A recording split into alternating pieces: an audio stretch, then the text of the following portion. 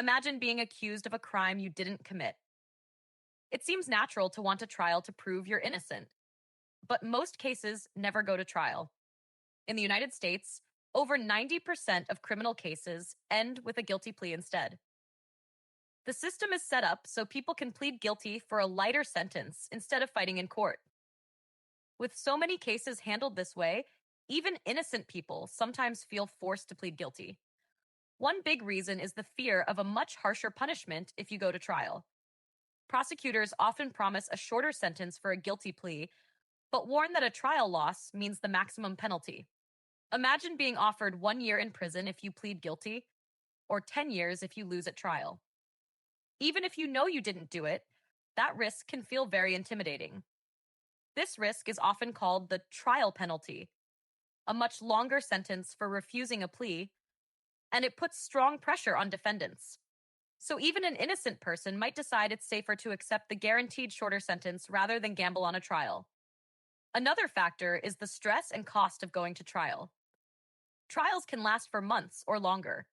During that time, a person might stay in jail, lose a job or miss school, and face many court fees or other bills. This hardship can be very serious, especially if you have little money or support. It often seems easier to accept a plea and get the ordeal over with. Sometimes even an innocent person will do that just to put all the stress behind them.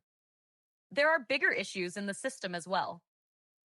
Our courts rely on plea bargains more than trials because they're very busy and quick deals help clear cases fast. If you insist on going to trial, you often end up with a much harsher outcome. Some people also worry the trial won't be fair. Maybe they can't afford a strong lawyer, or fear the judge or jury won't treat them fairly. In those cases, the certainty of a plea deal can start to look like the safer option. All of these pressures can push even an innocent person to plead guilty.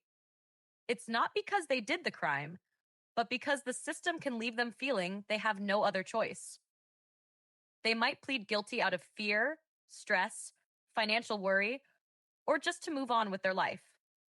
Understanding these reasons shows why someone who's innocent might still admit guilt in a plea deal, even though it may seem surprising.